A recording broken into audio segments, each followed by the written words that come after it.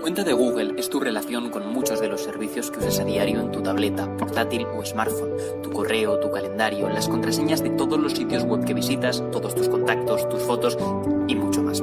Por eso, hoy te enseñamos 3 sencillos consejos y configuraciones con las que hacer que tu cuenta de Google sea más segura. Todo empieza, obviamente, por el acceso a tu cuenta. Una buena contraseña es esencial, pero puedes volverlo todo más seguro activando la verificación en 2 pasos. Para ello, ve a Gestión de la cuenta, accede a Inicio de sesión y seguridad, Verificación en 2 pasos y pulsa Empezar. Tu cuenta recoge información sobre la actividad en multitud de servicios. Si quieres asegurarte de que esa información no es compartida con otras aplicaciones, puedes desactivarlo.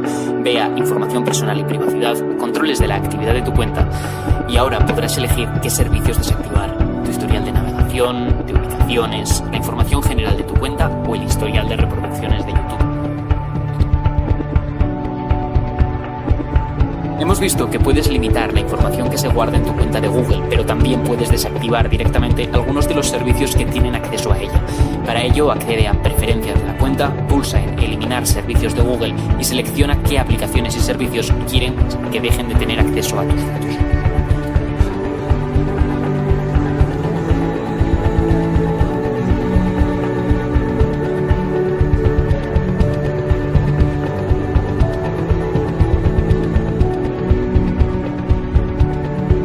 Para más información sobre la seguridad de tu cuenta de Google, visita myaccount.google.com/security, sigue las recomendaciones de la Oficina de Seguridad del Internauta o consulta con tus hijos o nietos.